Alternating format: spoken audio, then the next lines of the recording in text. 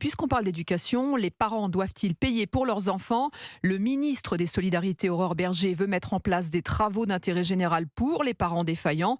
Une mesure indigne pour l'insoumis Manuel Bompard. La gauche réclame une aide pour les parents et non une stigmatisation. Allez, 13h06, on vous en parlait dans ce journal il y a 10 jours, c'est désormais officiel. Le lycée musulman Averroès de Lille ne recevra plus de subventions de la part de l'État.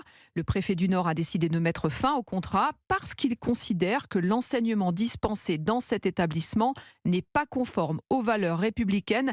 Lionel Gougelot, cette décision était prévisible.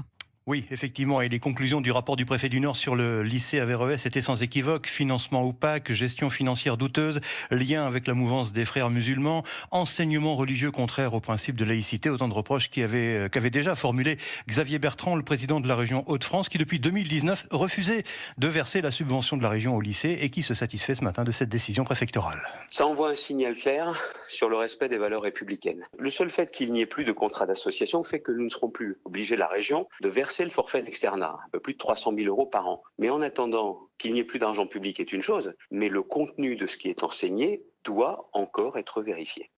On a aussi appris que le lycée avait établi un fichier des inspecteurs de l'éducation nationale avec leurs données personnelles, une pratique plutôt étrange. Alors pour l'heure, aucune réaction du côté du lycée où les cours ont eu lieu normalement aujourd'hui. Les responsables affirmaient même ce matin ne pas avoir une notification de cet arrêté préfectoral. Mais il y a 2 semaines, lors de leur audition en préfecture, ils avaient, comme le directeur Éric Dufour, rejeté en bloc les accusations contre leur lycée. Je considère que la communauté éducative n'a rien à se reprocher. Je suis le garant des valeurs républicaines. Il suffit de regarder toutes les activités que nous menons dans ce sens. Le lycée est extrêmement contrôlé. On fantasme beaucoup sur notre lycée privé musulman. Je suis enseignant de lettres, héritier des Lumières et je les transmettrai jusqu'à mon dernier souffle.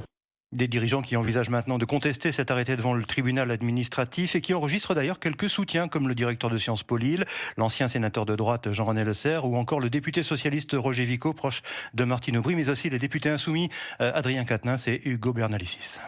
Lionel Gougelot, correspondant Europe 1 dans le Nord pour Europe 1.